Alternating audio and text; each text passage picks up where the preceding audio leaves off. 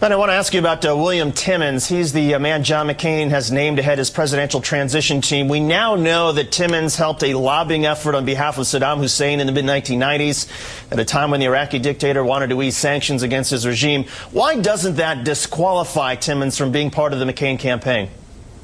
You know, I'm actually not too familiar with his history, but what I do know is that, you know, throughout our campaign, when we've talked about this a lot, we've had no associations with any lobbyist on our campaign, and I think that there's questionable associations with Barack Obama that needs to be addressed before we even get into discussing the transition. We need to make sure. Wait a second. So you have no association with Charlie Black? I mean, he's a lobbyist. He was apparently lobbying from the senator's bus.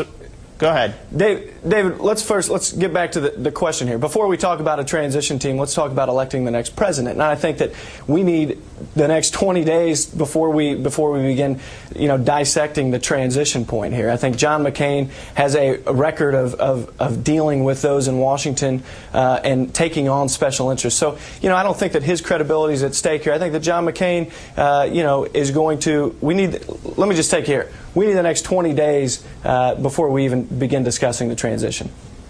Okay, fair enough.